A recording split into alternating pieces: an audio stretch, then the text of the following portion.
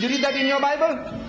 Do you read that in your Bible? Book of Ezekiel, chapter 20. But righteousness is also as much of a free gift as faith is in the Christian understanding. Righteousness is a gift from God, just like eternal life is a gift from God. So we don't have righteousness on our own. When you compare, my sister, look, you see, the Christian world has really gone down the drain, according to Jimmy Swaggart. According to his books, you must read them. If you haven't got them, you must get them. On sodomy, homosexuals, get that. On pornography, get it. On incest, get it. On alcohol, get it. And he's telling you, America, he's telling America, he says, God must judge you. And if he doesn't, he said he might have to apologize to Sodom and Gomorrah for what he did to them. This is Jimmy Swaggart talking. This is where you have gone. After 2,000 years of Christianity. Look, you're Sodomites. Here in New York, you have 1 million more women than men. If every man in New York gets married, there'll be 1 million women who can't get husbands. Here. And out of your manpower you have here, 1/3 are gays, Sodomites. 1/3 are gays. Your prison population, 98% are men. And men will have cold feet for so many different reasons. Can you imagine your problem? There are 7.8 million more women in America than men. If every man in America got married, there will still be 7.8 million who can't get husbands. And we know every man will never get married. You know that for so many reasons. So there are about 20 million more women in America who can't get husbands. 20 million who can't get husbands. What's the solution? Hallelujah. Hallelujah. I said, what's wrong with you? Are you sick? The person is hungry, he says hallelujah, and his stomach will be filled. The woman, she needs man, and he says hallelujah, and her she'll be satisfied. There's something wrong with you. You had, I give the figure, 55 million, according to Jimmy Swaggart, who are drunkards. With all your born agains. Your Billy Graham, in his book, How to be Born Again, he says there are 75 million born again Christians in America. 75 million. That's about 1/3, is it? 1/3 of your population. I said, amazing. 1/3 of your nation is born again, immaculate, the Spirit is in them, they can't be tempted. The old you, Swaggart says, is now left behind. You are a new you now, you are a new person. 75 million, 1/3, and it doesn't affect the population. You know, Jesus said, a little leaven leaveneth the whole. You need a little yeast to ferment the loaf. If 1/3 of your bread is yeast, and if it doesn't ferment the loaf, there's something wrong with your yeast or something wrong with your flour. Can you see? So I say, my dear child, I say there's something wrong with your flour. See? As well as your yeast. You haven't got it. You haven't got answers to the problem. So Jesus is telling you, I have yet many things to say unto you, but you cannot bear them now. Howbeit, when He, the Spirit of truth, is come, He will guide you into all the truth. And if I quote this verse again, with a little emphasis on the pronouns, you will see that it is not the Holy Ghost or the Holy Spirit or the spook that you're thinking about.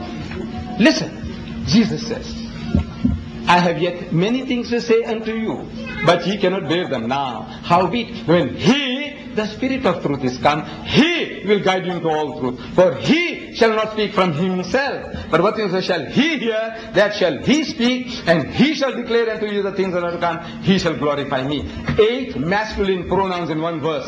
I said, it ill befits a ghost, a spook, or a spirit. You agree? 8 masculine pronouns in one verse. He's talking about a man, and not a ghost or a spirit.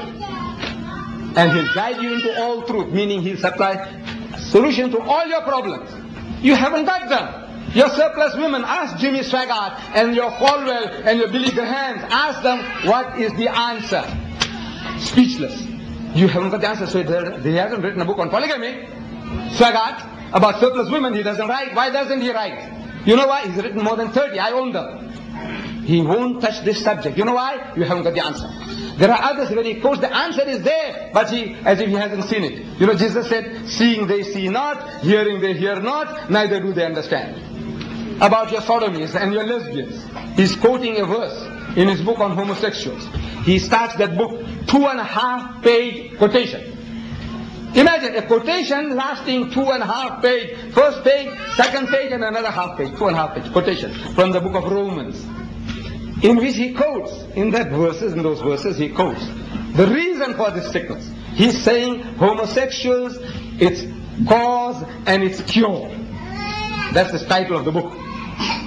So he quotes, and I'm quoting now. He says, professing themselves to be wise, they're very clever people, they became fools and changed the glory of the imperishable God into an image like unto perishable man. The concept of God, you brought it down from that God Almighty, the Heavenly Father, omnipotent, eternal, immortal, permeates the whole universe. From that concept, you brought him down to the level of a man. And further, and changed the glory of the truth of God into a lie, and worship and serve the creature more than the Creator. Look, it's so simple. Basic English. He's quoting 2.5. And he says, for this cause. I want you to read that. Romans. I forget the reference. It's the first Romans. Romans chapter 4 verse 22, something, 22, 23, 24, yes. You read that. So for this cause, I made your women to go for women and your men to go for men. For this cause, he says the cause and its cure. He's telling you for this cause. What cause? You now brought God the Almighty down to the level of a man. You serving a man instead of the Supreme Being. You worshipping and serving a creature instead of the Creator. Now who is he talking about? You Christians. You are the one who brought God down to this level. You said God must come down to earth. He won't understand our problems otherwise. He must understand how we feel. He's so loving, he came down to earth and he lived, born of a woman, carried him for 9 months, born like any other human child, circumcised on the 8th day, growing like any other human being, eating food and call of nature, running to the toilet. God, you brought him down to that level. For that, God says, I give you punishment. Your women will become lesbians and your men become sodomites. Why don't you? Look, you read the whole book. And by God, he says, for this cause, the book says, its cause and its cure, that word is never used, as if he never read it. So Jesus said, seeing they see not, hearing they hear not, neither do they understand. They are already made up their minds. But this exercise, I say, is for those who have eyes to see, ears to hear. Let them hear. That look, you are not reading the book. When you be reading it, you misunderstanding it, you misinterpreting it. Please, do us a favor. I said, please talk to us. We want to have a dialogue with you. We want to talk to you. You see? And see our point of view. Maybe we are wrong. We want you to reprogram us as we want to reprogram you.